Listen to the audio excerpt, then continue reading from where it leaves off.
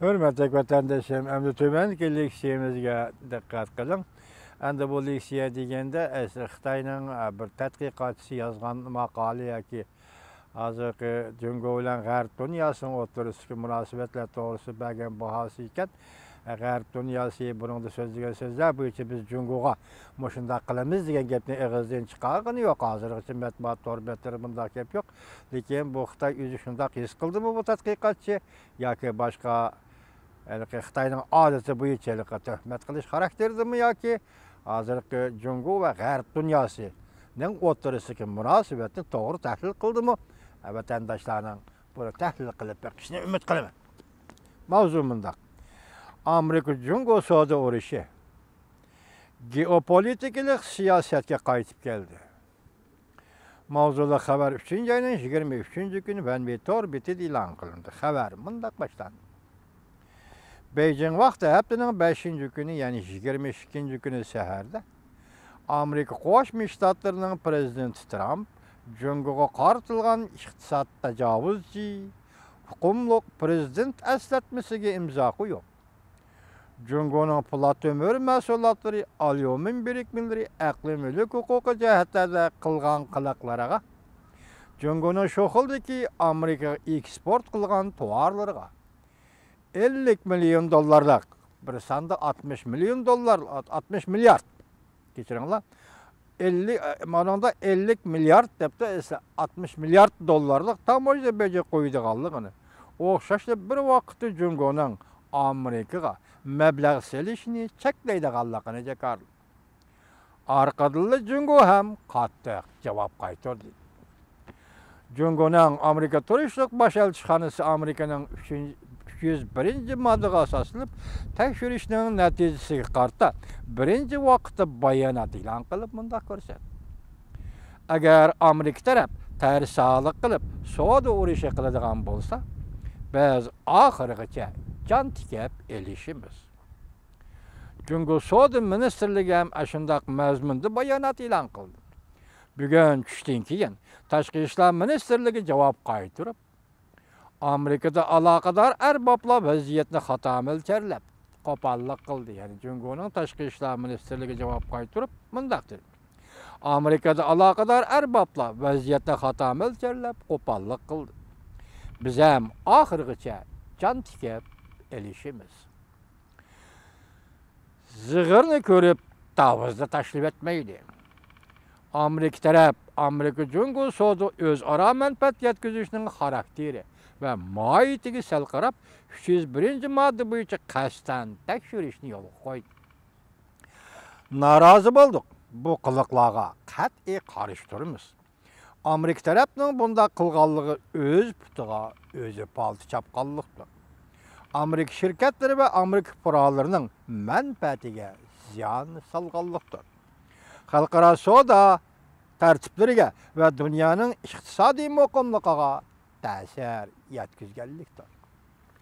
Biz Amerikaning yarının Liviyadan qaytib kelishini o'ylanib, siyosat belgilashini, Amerika Jungo savdosini xatarlik yo'lga tushirib, xatarlik bir holga tushirib qo'ymasligin, ishni boshqalarga ziyon solishdan boshlab, oxiri o'ziga ziyon soladigan ishni qilmasligini umid qilamiz.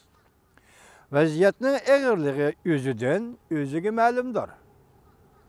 Amerikada sanoat pay chek ko'rsatkichi 2.93% tushib ketdi. Bu voqeadan keyin Stanford NASA ko'rsatkichi ayrim holda 2.43%, 2.52% tushib ketdi.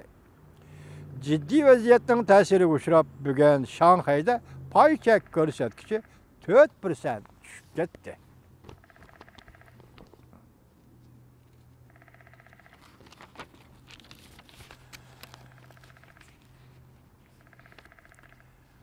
Söz qilish hojatsizki, 20 yildan ortiq vaqt ichida Amerika Jungo ishki davlatning iqtisodga bog'liq so'rkilishi, Amerika Jungo o'rtasidagi muhim munosabatlar temasida to'g'ridan-to'g'ri masala bo'lib o'tirg'i chiqdi.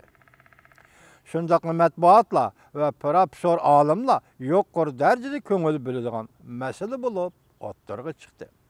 Bu doğruda nurgun göz qarashlar o'ttirg'i chiqdi va ba'zi ixtiloflarmi ko'rildi. Ba'zi göz qarashlar mundaq hisobladi. Prezident Trump Jungoni qattiq so'qdi qilyotidi.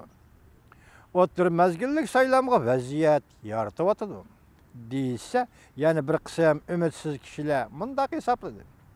Buningdan burun davlatimizda, ya'ni Jungoda Amerika to'g'risida xato hukm qilindi. Amerika bilan Jungo o'tirish cho'qim savdo urushi bo'ladi. Albatta yana ba'zi olimlar ikki taraf o'tirishsiz savdo urush qilishning tayinlik sabablarini aniqlab chiqqan bo'ldi, deydi maqola yozuvchi. Bugun faqat Jakadao degan bir Jake Arli degandek bir ism ekan, yaqindan bir paydo bo'ldi, biri Janho Akop deydigan Jungoning gazeta torbeti.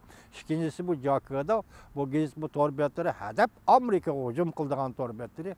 Bugun shuni e'lon qilingan maqola ekan, bu Xitoyning maqolasi. Men sizlarga tunishtirib o'taman. Bugun Pekir Jakadao bir parcha maqolasini Janubiy Jungo Sanoat universiteti Ommaviy siyosat tadqiqot instituti ilmiy jamiyatining raisi professor Jing Yong Nianning Jungo Amerika savdo urushi va bu urushning umumyuzlik so'q munosabatlar urushini qo'zg'atishi va o'zgarishi mavzuliq maqolasini tunishtirib o'tamiz. Yaqinqi yillardagi Amerika Jungo munosabatini makro jihatdan tahlil qilib, Jing Yong Nian mundaq hisobladi. Jungo tahdidi nazariyasi başdan axir G'arb davlatlarini yetakchi qilgan davlatlar guruhining G'arb davlatlari va ularning ittifoqdoshlarining Jungo qaratgan diplomatiyasining asosi bo'lib keldi. Jungo tahdidi nazariyasi. So'q munosabatlar urush oxirlashgandan keyin Jungo tahdidi nazariyasi bir necha qatimliq to'lqinni boshdan kechirdi. Har qaysi qatimliq Jungo tahdidi to'lqini Jungoni xato tushundirdi va Jungoni haqoratladi. Jungoning xalqaro obraziga ziyon soldi. Eg'ir bo'lganda shu davlatning Jungo siyosatiga ta'sir ko'rsatdi. Jungoni qorshab, Jungoning bosh ko'tarishiga to'sqinlik qilmoqchi bo'ldi. 2018-yili Jungo bir maydon diplomatik faoliyatga aktiv tayyorlanayotgan bir chaqda yana bir to'lqin Jungo tahdidi to'lqini etilib keldi. Balki etilib kelishi intayin shiddatli va keng ko'lamli bo'ldi, keng doiralik bo'ldi. Bu to'lqin Jungo tahdidi nazariyasi to'lqini butkul G'arb dunyosini va uning ittifoqdoshlarini doirasida qopladi. Cümleden Amerika, Avrupa İttifakı, Germaniya, Asya Tinch okean rayoni, Avstraliya, Yaponiya va Hindiston qatorliq davlatlarni qopladi. Buni ba'zi davlatlarning amaldorlari oshkora o'ttirib chiqib, Jungoni aybladi.